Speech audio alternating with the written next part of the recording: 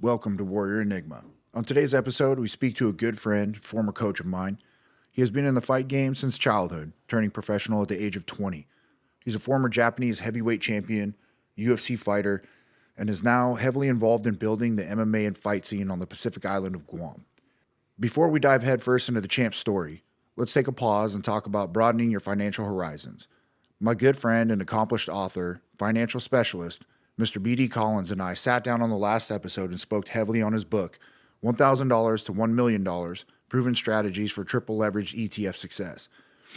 If you've listened to the show before, you've heard me speak on this book. Now, I'm in no responsible position to give advice, but I will speak heavily on gaining knowledge and making decisions for yourself based on that knowledge. With the current market climate, I highly recommend you read Brandon's book. Take some time to listen to the last week's episode where Brandon and I dig deeper into the strategy and how volatility is oftentimes referred to as opportunity in the investment game. Go check it out. Check the link in my bio. Follow. Find the book on Amazon. Read it for yourself. Make your own decisions. Now, this guest is a decorated martial artist with a background in many disciplines. Starting at a young age, he had the calling to become a fighter. By the age of just 20, he became a professional fighter, slowly proving himself and earning the ability to fight for the heavyweight title of Japan's premier fighting league, Rizin. After becoming the champ, he continued to train relentlessly and earned his ticket to the UFC. He speaks on his crazy experience of short notice fights, the ups and downs of the value he got from the experiences. He's still a fighter, but is now a coach and promoting MMA on Guam. Let me read these stats and try to let them soak in for just a second. He has 19 wins, 10 losses, and 2 draws in his professional MMA record. He has 18 years of professional fighting, 25 total in combat sports. He is a UFC and Rizin veteran and currently the deep heavyweight champion of Japan.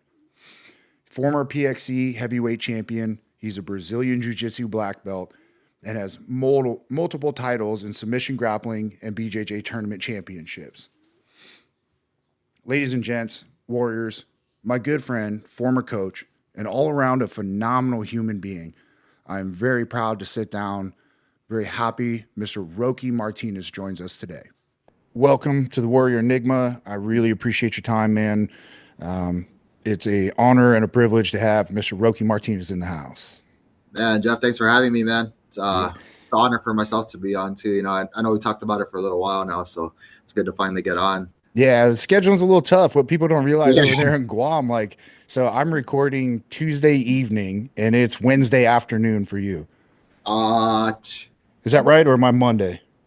Yeah, I'm on Monday, so you're Tuesday. Yeah. We're both like, we don't know. I know I'm a day ahead for sure. Yeah. And living out there in Guam for 6.5 years, I got kind of used to it. But now being back stateside for a couple of years, I forget all about it. So I had to keep checking my phone to make sure I wasn't messing it up, to make sure we hit the time right. But yeah, man, I appreciate you taking your time out of your day. I know you're sitting at your academy right now, and we're going to get into that because that's been a huge part of your current path. But for those people who don't know your story, they're about to learn a lot about a very resilient dude, man. And I have nothing but respect for you. You know, we'll get into that deep because you took me in and showed me how to throw hands in a very interesting time in my life. But let's start with you, man. What does a young Roque Martinez look like, dude? Where were you at as a child? Were you just a rambunctious, fight everything type kid? No, it's weird, man. To be honest, like my childhood, like it's so, and I'm grateful for it. But I've lived everywhere from like on Guam. So before I moved to the States, you know, I grew up, born and raised on Guam. Lived in different villages, but a little bit before I moved, I was living down south. Like a lot of people really don't know, but and this is at the time when my mom was married to my stepdad. Or they're not together anymore, but you know, I still consider them family. But I actually live like, you know, on Guam was like the ranch style, like fucking feeding the pigs, like eating like fresh chicken, you know, like oh no I kidding. would go to the back, yeah, and people really like they can't grasp that aspect of me. So that's kind of how I grew up before I moved to Washington State.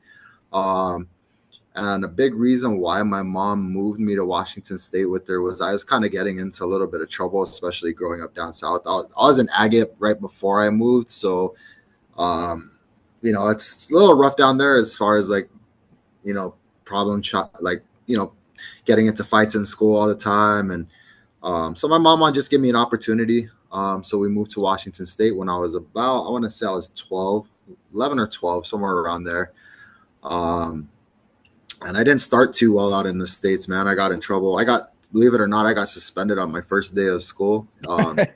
Yeah, it was wild. I got suspended on the first day. I had a guy like pretty much making fun of me in class. I waited till we got outside, like choked him against the wall. I just had a really bad attitude, to be honest. And it's definitely nothing I was proud of. But you've had that inner fight in you for forever then. Yeah, I mean, fuck, even growing up on Guam when I was an altar boy, like all the older altar boys used to make us young ones fight, and they used to make me fight like my best friend. Like I didn't want to fight them. They started beating me up until we started fighting. So this is how I grew up, and a lot of the times I was actually bullied a lot into fighting. So like it was just kind of a way I had to defend myself. It's not like I ever wanted to be a fighter. It just I had to, you know what I mean? So yeah. But yeah, I ended up in Washington State. Things turned around when I first moved out there. Very involved in sports. I feel like sports definitely saved me on that end. And yeah, I lived in Washington State for about 8 years until I was 20. So when I moved back to Guam, I was 20 in 2007. So yeah, it's like I was saying, going back to, I just had such a diverse childhood with living in Guam, that style, and then moving to Washington and living like what you would say the little bit of city style, right? Like, um, I was close to the Seattle area. I lived in Federal Way most of the time. So it was very different from Guam style. So it Yeah, was very, cool to very be, different. yeah. So it was cool to be able to have just these two different lifestyles and living them really, and then moving back to Guam, back to the island lifestyle. So just very diverse childhood for me growing up. When did you actually pick up fighting as like an Sport wise, outlet? Like, yeah, sport wise, yeah, yeah. So my one of my best friends, he's actually my god brother. My mom is his godmother through. We're Catholics, so we were really good friends, and him and all his brothers, they're Mexican. They all boxed.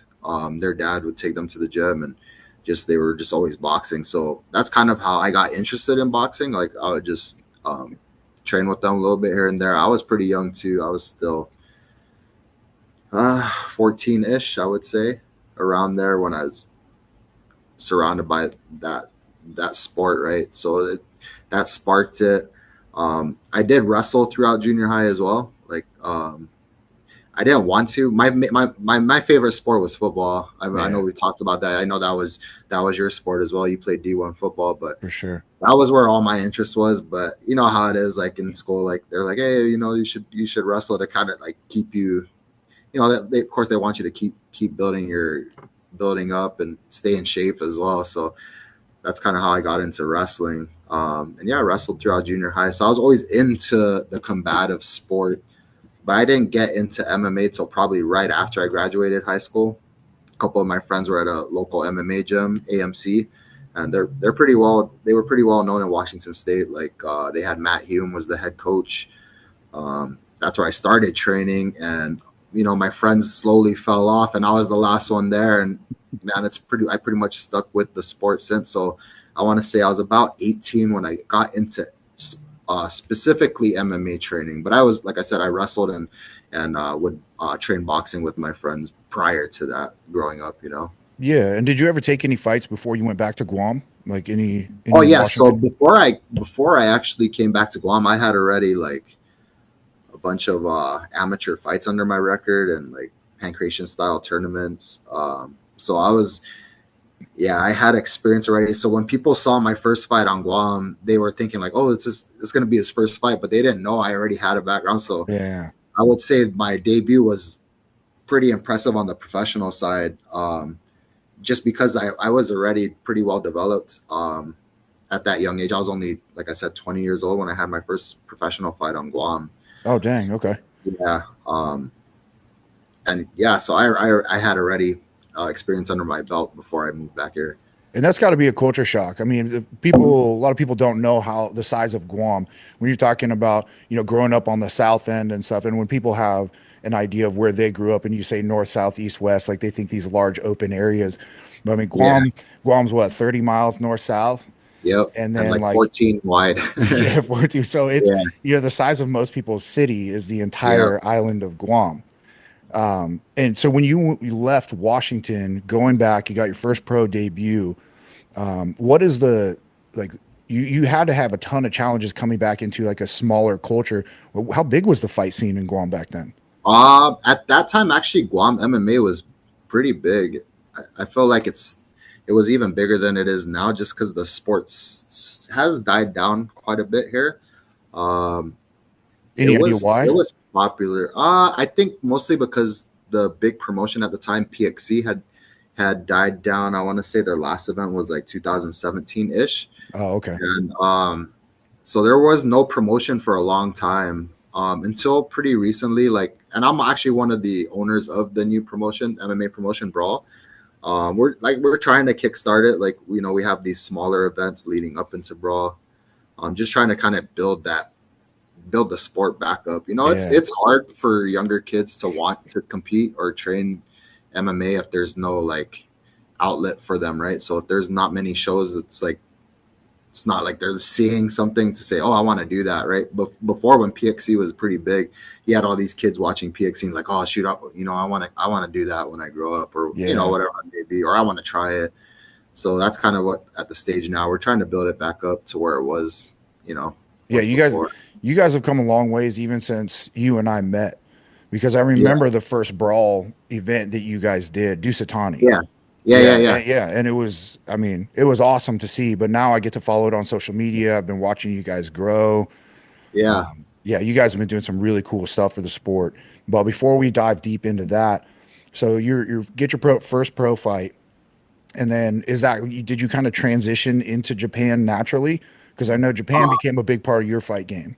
yeah. I want to say, just because of Guam's connection and my coaches out here, Malkuri is pretty well connected in Japan. Yeah, big So time. when I wouldn't say have when I would have or troubles trying to get fights out here, that's when we started slowly reaching out towards Japan. Like, hey, can I get a fight out there? And I had my first fight in Japan. I want to say 2009. Yeah, it was 2009 in deep promotion. And since then, it's pretty much been connected with them. And from deep, it went on to Rizin, which was the bigger show. But yeah, so I've been fighting in Japan since 2009, I believe Japan still is. I do have a majority of my fights still in Japan. If I look at my professional record, I think they are mostly in Japan. So I was pretty well connected out there. And now it's weird because I'm kind of shifted over to Korea now. Oh, dang, I didn't realize that. Yeah, I've been having most of my fights in Korea lately. Okay. So it's But kind of for a shifted. while there, I mean, in the Rising game, you were the champ. Yeah. So Yeah. I won the deep title, and then I was representing deep as a champion in Rizin, and Yeah, man. like I said, Rizin is their big show. I love that show. It's like it pretty much is like Pride. It's the same owners. They just had to change the name because UFC bought out Pride. Gotcha. So kind of walk me through like what does a fight camp look like for you? Like when you're preparing for a fight let's just talk ideals because I know there's been some fights you've taken on real short notice. Yeah, yeah. In an ideal world, what does a fight camp look like for you? For me, I love like I'll take a fight short notice or whatever, but ideally you would want a good amount of time to prep.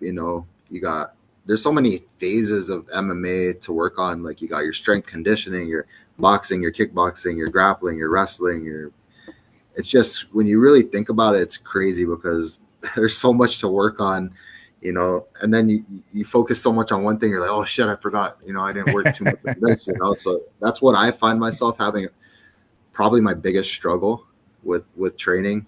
But I would say the further out notice you have, the better. Like, this fight I have a fight early May, so I got my notice about, I want to say, from the day of the fight is 11 weeks, right? Okay. So that gives me a lot of time to focus on a lot of things I feel like I need to focus on. And for me, like right now, I need to get some strength back. So yeah, I mean, the longer you have to prepare, of course, the better. But ideally, like even 8 weeks is still pretty good. People say 8 to 6 weeks, but at the same time, I would tell a lot of fighters, man, just should always be training so that when you get these notices, whether it's short notice or long, you're always prepared. You know, like you never know, something could pop up and hey, can you fight next week? Like I want And to that be that happened guy. to you many Yeah. times. Yeah. Oh, my UFC debut was like 3 days notice. Like, Yeah, I remember like, that. I got the call and was like, literally, like, hey, UFC just signed you.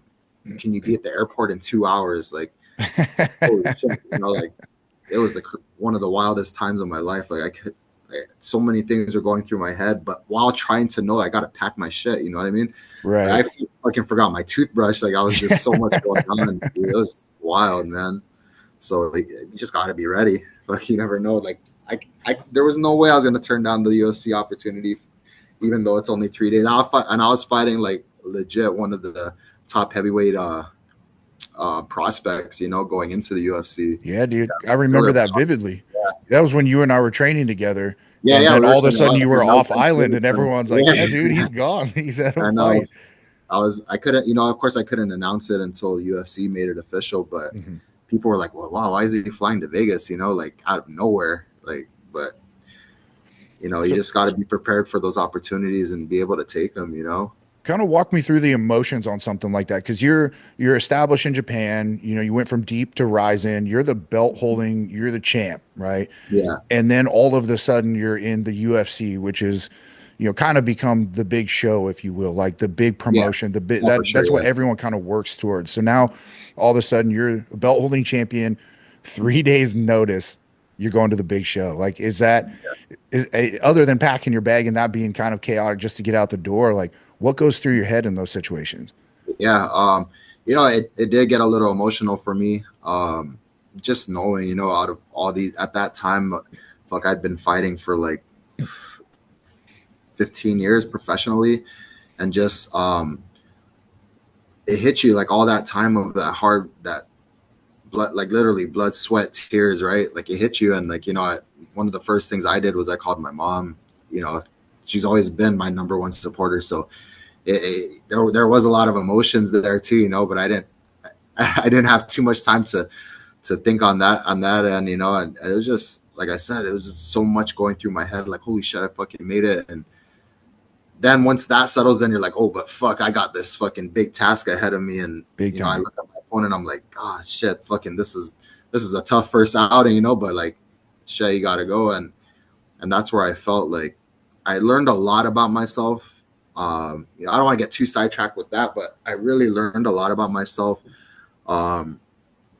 When I got there, of course, straight off the plane, I got picked up straight to medicals. I had to do MRI, brain scan, freaking blood work, physical. I do my eyes. They had to dilate my eyes, right? Like within an hour after landing. So once once it broke news on Guam that I got signed to the UFC, I had all these freaking incoming messages. Like my phone was blowing up, and I literally could not read because my eyes were dilated.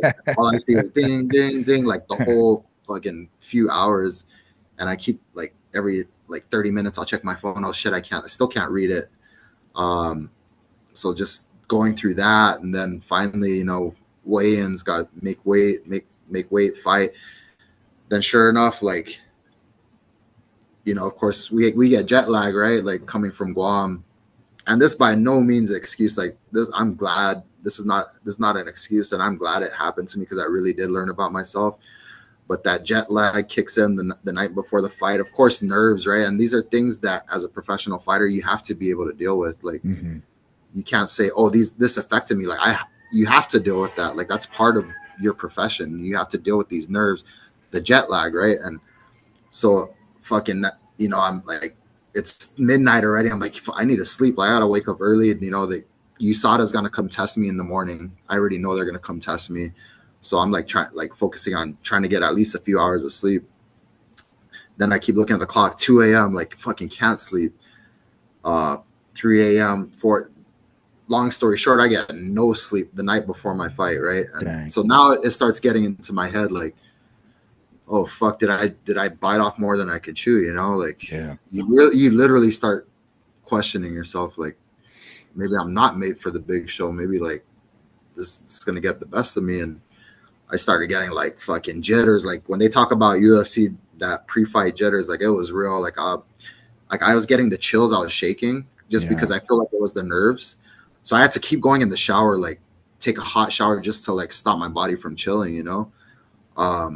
Then it starts running through my head. I'm like, man, dude, do I have to pull out? Like this is the time where I'm gonna have to pull out of a fight, you know? And I was so proud of myself that through that all, and I finally just in my head when I got to the locker room to warm up for the fight, or you know, to where you get held and warm up and all that. Like I just fucking manned up and I said, "No, bro, you're gonna fucking show up. You're gonna step in there and you're gonna fucking just fight." And from when I got to that mentality of the warm up to when I finally stepped in the cage, like no sleep, the jitters, none of that affected me. Like I was there and I was gonna fight. Like I still felt like I was still able to perform. You know, of course I didn't get the win. I got the guy kept taking me down and then he finally submitted me, but I was just super proud of myself for like stepping in there when I was really questioning myself at first whether I belonged there. Absolutely. Man, I just stepped in there. I wanted to throw, and I was throwing hard. So I knew he didn't want to take the risk, and he was a legit world class wrestler and submission grappler. So he took the route he needed to win to beat me, you know. And but yeah, with everything that went on, that it was definitely a life lesson and experience that I would never change. Like no matter the outcome, like fuck it, I got submitted. I don't care. I'm not ashamed of that at all. You know, the guy turned out to be a pretty legit guy in the UFC, and yeah, I was just fucking super stoked that I went through that experience. One of those things I can say I did. So if ever I know that something pops up where I might question myself whether I'm ready or able to, like I'll show up, even if, like I said, I'm fucking having the jitters and shaking and everything. I'll still be there. Like I'm still gonna fight, like no matter what. Like you have to kill, like you're gonna, like you said, you're gonna have to that be killed mentality. Like you have to take me out, or I'm gonna show up and I'm gonna fight. So one of the coolest things I learned about myself, you know. And how did that experience play into your second fight in the UFC? Second fight, definitely, yeah. Well, the second fight I had although it was a short notice fight, still, it was definitely a lot more than the 3 days notice. Yeah. So it was different. Like I was a lot more controlled with my nerves and I felt better. I did lose. I lost a decision, but it was a good fight. Felt like I still fought pretty well. Just didn't end up on the winning side of the judges' scorecards. But I knew that going through that first fight, I'll be ready for whatever. And I did. I mean, showed up and fought a pretty good fight against a pretty talented heavyweight as well. So that second fight, I remember watching that. Like I tuned in from stateside, and there was some questions about that one. Yeah. Did anything pop up for you? Like, was there any frustrations at the end of that one that you had to overcome and deal with? Because it came down to a decision, right? But yeah. if you look at the internet, I mean, you can Google all this and they can fact check the shit out of me because it's still posted in somewhere. But yeah, a lot of your fans, a lot of the UFC fans were like, hey, Roque took that. Yeah. Yeah. I mean, it sucks, man. It's the one thing that sucks about fighting is scorecards. That's why I always tell people, like, bro, you got to take people out. Otherwise, when it gets to the judges, like, you might as well flip a coin. You know what I mean? And I've had a lot of those close fights, and that I've lost. And I never dwell on it too much just because I put it on myself too. Like, man, I tell myself I got to go in there and finish this guy, or else you just never know what can happen. You know what I mean? Like, you know, my last fight in Korea I lost the decision. I thought I won. A lot of people thought I won, but I knew it going into the scorecards. You can never be too confident if you don't take the guy out. You know what I mean? That's the name of the game. Is there any underlying like politics that come into this? Because everyone always assumes in some weird way that, like, you know, maybe a contender comes in with a little bit of clout, and so they kind of pad his first couple fights or any of that. Does that shit actually happen? I think it might. Then also too, you know, in Vegas, of course, there's the betting side of things too. You know, So you just never know, man. Like safest way to deal with that is fucking finish your guy. Like that way there's no rule. I mean, of course it's easier said than done, but fuck, you just gotta take them out, man. You don't have to worry about those judges. For Get sure. the judges cards, then hats off to you. And I challenge people listening to go check out some of your fights, man, because you got some hands. Like, you are known for being an absolute savage, throwing absolute monster punches and dropping people. What is your overall record? Right now, after losing my last fight, I fell to 19-10, 19 wins, 10 losses. So yeah, but and 2 draws. I have 2 draws as well. So yeah, it's racked up a few fights, on the professional side. Big time, man. Of all those fights, do you have one that stands out as kind of like your favorite fight or your most proud? Man, there's so many. Like, one of them definitely is for sure that the one I was just talking about, the UFC debut. For sure. Although it didn't end my way, but a couple other ones, like when I fought Jerome LeBanner, that was pretty cool. K1 legend. I ended up submitting him. Yeah. Then got Crow Cop. Crow Cop definitely probably my highest profile fight, I would say. One of the fights I was most excited for. That one, like, it was crazy because there were like, I have regular fight nerves, yeah, but that one, like, for some reason, there was like almost no nerves before that fight. I was just so excited to fight him, like literally happy, like fucking fighting a legend, someone I grew up watching, and yeah, that one probably is up there as my favorite fight. Definitely the highest profile fight, For sure. Yeah, that was a fun one. And then this whole path, I mean, the amount of resiliency you've had to overcome, most people can't fathom the idea of stepping into a cage one-on-one with a person where one person and draws aside, right? But one person's going to win. Yeah. And so the amount of resiliency, how have you noticed that those challenges have affected your personal life outside the fight game?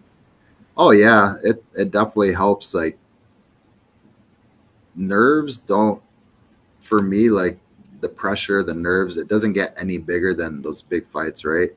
And like, for me, it helps with just regular life. Like, I know how to deal with like pressure or nerves or something going wrong. Like, real life for me is like, it slows down. You're not, when you deal with something crazy, like, at least you're not getting punched in the face while like, oh shit, I can deal with this one because I'm not like in a fight, right? Like, if something goes wrong, you're getting punched or kicked or something. But real life, like anything where it comes, so it helps me in that aspect, and vice versa. There's a lot of things in life that many people, a lot of fighters, you look at a lot of fighters, stuff they go through in their regular lives kind of helps push them through their fights, right? For sure. So I feel like you take away from both go hand in hand with each other. And to me, like, when it comes to fights as well versus things that happen in real life, sometimes fighting is like nothing compared to what you can go through in real life, like the heartbreak, the fucking losing a family member. Sometimes those things like way oversee something that would happen in a fight. Like, there's a lot of fights I would take a loss over, certain heartbreaks you've had, or people you've lost, things you've lost, so I feel like it's just going through both. They help each other to deal with, certain things. Absolutely. And when did Brawl come on to scene? Like, I know it's been around for a long time, but when did you start picking that up and moving it forward? I believe we had our first show in 2020. It was like right before the pandemic, the lockdown. Yeah. But we had been working on it for probably about a year before we had the first show.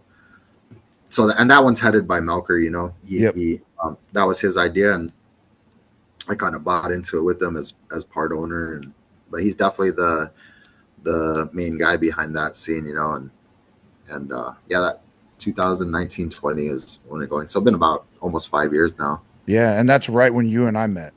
Yeah, I met. Yep. I went to CrossFit with Amy, and one of the coaches was like, "Hey, have you ever fought before?" I was like, "Not really." And he's like, well, "You're a big guy. You should meet my buddy Roque." Yeah. They introduced us. next thing I know, I'm standing in front of like a very accomplished fighting athlete with no skills. Yeah. Yeah, no, but hey, man, like the one that I remember when you told me like you played, D1 football, like a lot of people, especially coming from Guam, they don't, and I know it just because I've been around it, like in the States, but they don't realize like uh, Division 1 athletes are definitely special in their own right. Like you guys grow up like playing that certain sport or whatever, and there is a lot of structure behind that. And so anytime I see guys like with that level, I already know a lot of the aspects of fighting. Like you already have a lot of that. Now it's just transferring it into a certain skill, right? So Yeah. like the discipline, the outside stuff, like the preparation, all that stuff, a lot of is hand in hand. It's in the same thing. So yeah, when you told me that, I was like, oh shit, like you'll catch on real quick. You know what I mean? It's not too far, and it's just learning the skills. That was it. And that's something I'll be eternally grateful for you for bringing me on board. Because at the time, right, and we touched on it, the pandemic kind of kicked in. And so it's like persona non grata, the island's shut down, people aren't, businesses are shut down. Yeah, And you guys got your own, you had your own little camp going on. You had your own little area that you were training in. It's outdoors. So there was a yeah, lot of ways to kind of gray area skirt the system. And you took me in during that time when everyone was like, hey, lockdowns, yeah. unhealthy mental habits. I And I you remember. introduced me into a whole new sport. And it Yeah, really life changing at the time. yeah. I remember like a lot of that time too. We were kind of having to like low key train, because we don't like, oh Yeah. shit, they're gonna come in, fucking, you're gonna get these. I don't know who was in charge of going around and hey, you guys, why you're not supposed to be like in contact? You know what I mean? Like, oh, it should only be your household family or whatever. So yeah, it was pretty weird times, like training with trying not to let people know I was training. You know what I mean? Like, Yeah. like, dude, And the like, island of Guam handled it. I mean, the Gov Guam, yes, Guam is a U.S. territory, but it has its own government, and they yeah, handled it a little bit different. Obviously, it's an island, so there's some it plays a different part, and I could go left, right, and sideways on my opinions of COVID and how that went. But the point was, it was pretty harsh on island. yeah, They was to the point where there were threats where like if they caught us training, I mean, your yeah, cage and your equipment and all the stuff that you had was in jeopardy of being taken away. yeah. It Or was pretty like, I gnarly. think they were like literally threatening people, like they'll fucking arrest you. You know what I mean? If they catch you multiple times or something like that. So Yeah. that was super weird, man. Yeah. It's like this rebellious fight club. Yeah, that's what it felt like. Like, hey guys, Yeah. don't post too many like pictures or videos. Like, Yeah. they're gonna track us down, and the freaking cops will show up and fuck. Yeah. And there was a great crew, man. There was a really loyal crew there. Yeah, You had a good group of dudes around you. Some had multiple disciplines, all different kinds of weight classes and skill levels and everything. But man, I felt like I was the most unreliable one to show up like consistently with my work schedule and just how things were going. You guys, the, it was like a text message and it's like, hey, 7 a.m. dudes are there. Hey, 9 a.m. dudes are there. Like you guys have a really solid crew to train with. yeah. It was cool. At that time, like my training partners, yeah, they were like, especially just because they knew the goal, right, was to be successful during that time frame, and everyone, yeah, they came out and helped a lot too. Like, it was a cool thing to have and see during that time. Yeah, man. And then so Brawl kind of picked up. It took the pause right with COVID, and then it did take a full year gap before you were able to do a second event. Yeah, it was a while. I think the next one after that was like, actually, it might have been over a year. I want to say it was like almost, might have been 2022 when the next event was. Okay. So it was hard getting back on track, but yeah, finally back on track. Where we're at least having one big event a year, and then trying to get the smaller events that lead up to it at least a couple times a year. Right. And So you're doing all this while you're still fighting. Like you still, like you said, you still got another fight coming up, and you just yeah, had a fight not too long ago. yeah. So I how many just more fought do you him. see in your tank there? How much more gas you got? Yeah, and honestly, like I'm being real with myself. I was supposed to retire last year, but just it's hard getting away. And this one, I'm like really honest. Like it possibly could be my last fight. I don't know, man. this one I'm making a drop to middleweight, so this will be my first middleweight fight. Dude, you've already lost. How much weight have you lost? Because you're down. You were a Yeah, heavyweight, and then you just I was fought a light heavyweight. heavy, right? Yeah, I fought light heavy, and then fuck from the time I started cutting weight till the time I get to middleweight, like I was 244, 245 when I made the commitment to light heavyweight, which was I started my weight cut in November, beginning of November, and then till May when I hit that 185 mark. So that's going to be what 245 minus 185. That's like 60 60 pounds. pounds, dude. Yeah, That's a lot of, I mean, that's on a life accomplishment for a lot of people in itself. yeah, Right. Not to mention the fighting aside, not to mention, getting the organization stuff set up, and you're sitting in your office building, I'm assuming right now, right? So you yeah, have yeah. I'm just here at the gym. Yep. yeah. So, and you got a Roque Martinez Sports Academy going on over there in Guam, Yeah. training people, getting people right. How many fighters do you have at your academy? Man, we got a pretty good amount of younger guys now. Hard to say an exact number. We do have a lot of guys that want to fight for sure, but we've already had at least like that have competed out of the gym at least like 20, maybe more. Dang, Since I've opened up, that's super cool, man. Yeah, it is pretty cool. And now I'm trying to expand and get some guys into like the MMA side now because we have been mostly focused on the boxing and kickboxing side. Okay. So now trying to kind of get a transition too into like the MMA side, which is where I do feel like more opportunities will pop up for the younger guys here, just because Guam is not too big on boxing and kickboxing, like specific events for that. Hmm. MMA is still and even in the region, right? MMA is still a little bit on the bigger side. So I feel like I can open more doors for those guys on the MMA side, especially with my connections in Japan and Korea, So Oh, big time. And you have an entire life of fighting, of knowledge.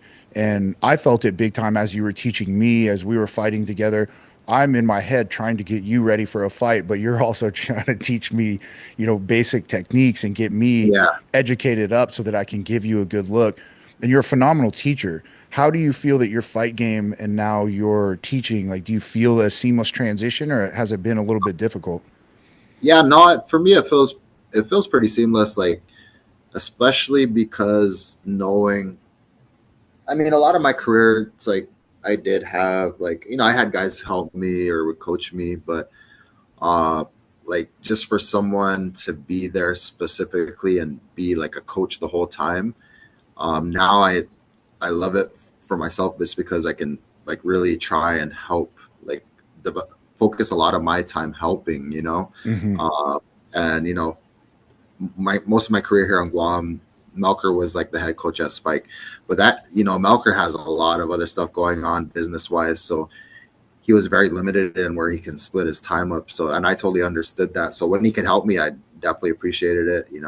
So now for me, being as the gym is like kind of like my main thing next to fighting, right? It's like I can devote more time to trying to help the younger guys out, and then I just try and share what I can, what I know, what I can teach. Of course, I don't know everything on the fight game, but I just, if there's a few things I can show them, it would be like just that staying true to your hard work and focusing and really just trying to, I want to say I'm more trying to guide them, like the technique and stuff like that. Yeah.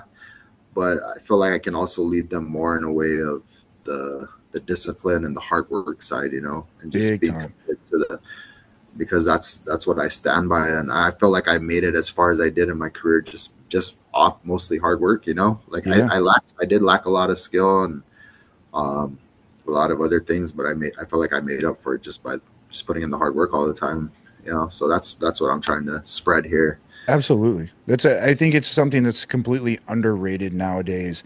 And I think it's Hmm. starting to kind of emerge back into people understanding conflict builds resilience. Yep. Right. And yes, the conflict in real life you can't control, but you can control certain things. And I have a buddy up here in Lake Stevens. His name's Greg Anderson, a very accomplished black belt in BJJ. He owns a gym up here, very accomplished in a couple. He's a former military guy as well, but he's finding a ton of pride in getting the younger generation through those little adversities on the mats and then watching it transition over into their lives outside. And it's pretty cool to hear his testimonies. And it sounds like you're going through something very similar Yeah. to put people in stressful situations, because not everyone's going to have the chance like you did, a 3 day short notice UFC Yeah. fight with chaos and jet lag and dehydration and man, but you give them a cold plunge, or you give them, a more experienced fighter for a couple minutes where they're just getting rocked, and those little things like Legos, they just add up brick by brick. Oh And it's yeah, for pretty cool, sure. man. So I really hope the academy takes off big time for you. Yeah, thank you, man. I appreciate it. Yeah, I just want to be that person that can help guide, even if it's just a few guys, and even if it applies to stuff like outside, and they just become better people through the gym, then I'll be happy. For sure.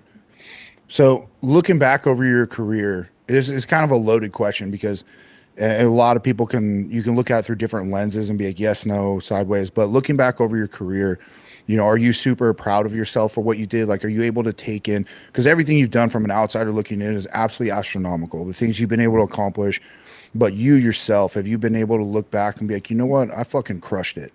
Yeah. So this is pretty interesting that you bring it up now, especially because of the thoughts that have been going through my head lately. Sure. Um, there was a lot of time, like majority of the time, where I was hard on myself, like, oh man, you cut yourself short. You could have did this better. You could have did that better. Then I did get to a point where, I look back and I see all these things. I'm like, man, you know what? Like, not many people can say they did what I did. And I got to a point where I was like proud, like, man, fuck yeah, I'm proud of myself. Like I did all Yeah. that through all these, whatever, maybe. And then I'm kind of back on this thing now with my journey of going down 2 weight classes, to where I found this new, like, wow, dude, like I'm doing this, I'm being this disciplined on the other things out of training, as far as like um the diet goes. The A big thing for me lately has been really limiting my alcohol. Like I didn't cut it completely out, but I love to drink, man. Like it's always been, I feel like, kind of slowed me down a little bit on the fight side. Yeah. Eating and drinking. And now that I've kind of hit this new point where I'm cut a lot of that out and I'm eating clean, I'm not drinking, I'm like, fuck, man, like, god damn it. Like, if I did that earlier, where would I have been? So it's like I'm Yeah. constantly, which is good in a way, in a sense that I think, like, I go from, yeah, I'm proud of myself, to like, fuck, I should have did this, but like I feel like it's causing me to evolve still as I'm getting older, right? Mm. Like I'm learning, oh, I can still evolve. Like it's not too late. Like I can still be better, right? And Yeah. so moving forward, it's like maybe my fight career doesn't go much longer, but these things I'm doing now will definitely help me in the long run, especially like health wise too, right? Like it's just better to be healthier that way. For sure. But yeah, definitely proud of what I've done before, but I can also look and say I could have did things better, but it's not too late. I'm on the path to still getting better. Like I keep telling everybody, like I feel like I'm reverse aging, like I feel better. A lot of people, hey man, you kind of look a little younger. Like I started growing my hair out a little bit more. Like Yeah. people are like, hey man, you look a little. So it's like it's cool to know that you can still evolve even as you're getting older, right? So that's cool, Absolutely. man. Yeah. And are you planning on staying on Guam? No plans to get off island or? Um, yeah, that's another thing I'm conflicted with. Like I love the States. I love Washington State, grew up there. I lived there for a while. So I was just there last month. Yeah, I was just there last month. And then I find myself like, oh man. But my end goal, in an ideal world, would be to like maybe own a house out there too, and just be able to go back pretty frequently between both places.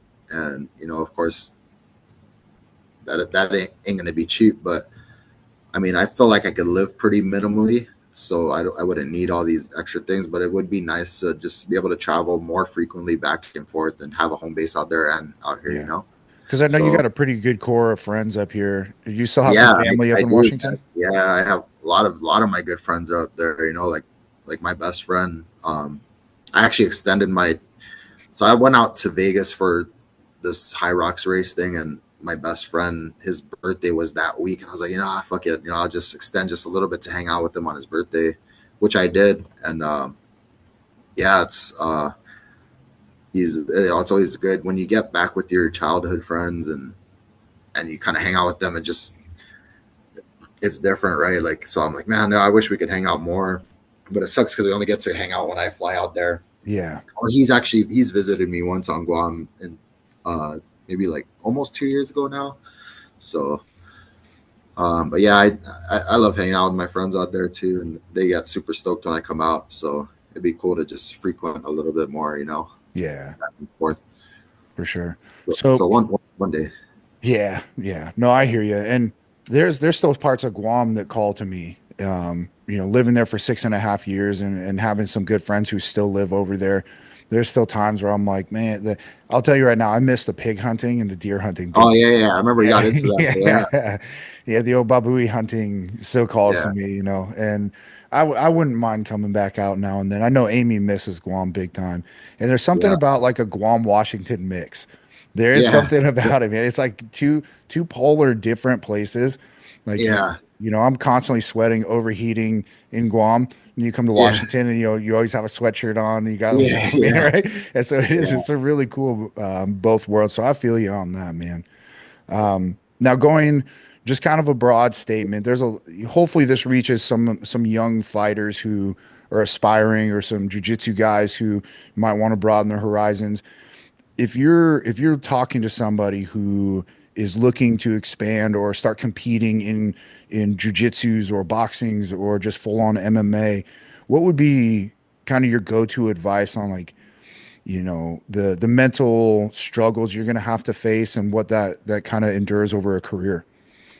Yeah. There are so many things, for sure there's going to be a lot of obstacles that will make you question whether or not you're one, either you want to do it or you're meant for it. There's a lot of things going to pop up, and you'll find out. I mean, you're going to learn with yourself whether it's meant for you or not. Especially if you're planning on competing, right? Like, but you just have to stay true. Like, I tell people, you got to look at yourself in the mirror and tell yourself, like, am I giving 100% to this? Like, and when I say 100%, are you attacking all aspects of the sport? Like, it comes to your discipline outside of the gym, your discipline in the gym, working hard, pushing yourself all the time. Like, you got to get out of that comfort zone. It's not going to be easy. Like, it's a constant grind, and there's going to be those days where it's like, fuck, it's the same thing over and over. But you still got to show up and put the work in, you know what I mean? And then there's, like I said, the outside things. Going back earlier was the drinking, the eating and stuff like that outside of training, those are another things. That's the one thing I wish I could have focused a little bit more. So for the up and coming guys, I want to say really consider that too. Yeah. Especially with the amount of talent that's coming into the sport now. Yeah. I mean, people are learning real early, and they're dedicating their entire existence to fighting. Yeah. That's tough to overcome if you're not super focused on the goal. And then you got guys like, of course, before there was people always talked about how talented PJ Penn was, but lacked the discipline he lacked as far as training goes and that stuff. But there's some guys that are just so skilled that they can get by and make it fucking pretty damn far without that. So that means, like, if you're not that guy, you have to make up for it by the hard work, right? Like, and another comparison very relative to that is GSP, right? Like, that guy was apparently like super workhorse, super dedicated, disciplined and everything, and just showed how far he can make it. So but even if you do have the talent, man, if you put that together with the hard work and dedication, man, you're going to be a world beater, stay true to it. And you got to work past those obstacles that pop up. It's never going to be smooth. If it's too smooth, then it's not going good. I'll tell you that right now. Yeah. If there aren't bad things happening, then I feel like that's what propelled me a little bit was those things that would have broke me, but I pushed through and made me a better person, stronger person, inside and outside of the fight game, right? Like, For so sure. Did you yeah. develop any like haters, like I guess social media following of people who are just like the Oh constant yeah, naysayers or the negative yeah. ass people who would try to come at you? There's a lot, man. But there were times when I let it get to me, and then I just got to a point where it's like, man, you know what? They wouldn't be able to do half of what I do, so I just stopped paying attention to all of it. Yeah. You know, Just like tune it out. yeah, just tune it out. You gotta can't let that stuff bother you, or you gotta use it to as motivation. You know, For so sure. yeah, Right on, man. Well, it sounds like things are going great for you. It sounds like, the healthy trajectory, a fight, maybe two, maybe three. You'll keep the options open. yeah, yeah. Yeah. And I still remember the one time that we actually let our hands fly. And I wanted to go on record that you're the only person who's looked me in the face and knocked me out. Oh man, I've hey, been in some those are the stupid. good trainings, man. I've been in I some do remember stupid I was kid actually getting fights. ready for one of the fights. Yeah, Yeah, yeah, yeah. remember that. Yeah, It was, gosh, I don't remember and I think it exactly. was like right before you moved off Mm. island or back Yeah, to Washington. it wasn't long. Gosh, I don't remember what fight it was, but yeah, we had a moment we were like, okay, we'll go around, but the last 2 minutes or something like that, we're gonna go Yeah, live. We're just gonna let it fly. yeah, yeah. And you timed an overhand right perfectly as I stepped to my left, and I took it absolutely square in the mouth, dropped me. I remember I was laying on the mat, and you had my feet, and you were kind of shaking the blood back into my head, and I was like, "What the fuck?" And dude, for weeks, I had my mouthpiece in, and I still wrecked the inside of my mouth. The inside of my mouth was black and purple for weeks, and it goes to show, especially for someone my size, right? I'm 6'5", 250, 260, and you kind of get this little bit of a complex of like, oh, I'm a big guy, right? And you're a big dude too, but I have some height on you, I have some reach on you, and dude, you put me down so fucking fast. And that was really good for me. It was really humbling because that's the first time, like I said, the only person ever looked me in the eye and knocked me out, right? I've had stupid fights where a friend comes in from behind and just sucker Yeah, punches you and you got no chance, you're toast. And I've gone out a few times like that. But that mano y mano, one on one, and just getting dropped like that was actually really healthy for me. I'll never forget that. It was a big boost for me in a weird way because yeah, it I don't know. It was a good realization, a good shot back to reality for me. yeah. No, man. Hey, like I was saying, those trainings are like those are real trainings. Like we don't have many of those like that much anymore. We're trying to like save each other now, but man, that was good times on the actually on that short period of training we trained together. It was all the sessions were, man, they were definitely memorable and fucking super appreciated, man. Because as you know, like it was hard finding big guys, so Mhm. having you in there pushing me around, like especially like, dude, you're a physical guy too, you're strong, fucking athletic, so definitely helped me a lot during my fight camp. So fucking, I appreciate it as well. And there's something I do want to talk to you about, and I hope you take this with complete and utter sincerity because during that point in my life, I was struggling big time with alcohol. The COVID didn't help, when they put you in your Yeah, hole and say, "Hey, don't leave your house," and it just seemed yeah, like everyone around me was drinking. I'd already had a problem with it, and some of those trainings, I would fight my way out of bed, still hungover, still rough, yeah, man. But you were always there for me, and it's a testament to your character, not only in the fight game, but just who you are as a person. And my wife and I have had some long, in-depth conversations about it because that was a really low time for me.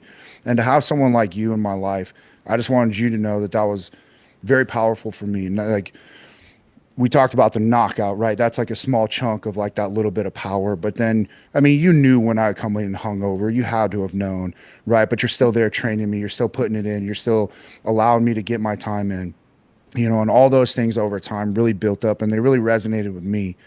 And it's something I'll never forget about you. Like I always remember you as a fucking heavy fisted fighter, but you are an absolute man among men when it comes to like your character and how you view the world, the people around you. You take care of them with such gratitude and respect. So I just wanted to, kind of slowly say thank you. And I hope you know, man, that meant a lot to me in that time of my life, and it made a huge difference to me. Man, thank you, and I'm glad, I'm glad I could. And that's one of my things too. Like, and I preach to people is like, I can show you a lot of things like training wise in the gym that come in here, but one of my main things, like if I can just try and spread to people, like just being a good person to people, that goes a long ways, So, and I'm Absolutely. glad, dude, the vibes I got from you too when you would come and train, it was always all good, and I was always stoked when you would show up for training, just because like it's always good having a good person, and again, dude, like the fact that you played a D1, especially in football, like for you to come in and help me, it's like I can't be more appreciative as well. So One of these days I'll have to make my way back. I would love to see your new, the new shop. I've never seen it in person, but yeah, I would love to come back in and do some boxing with you again, man.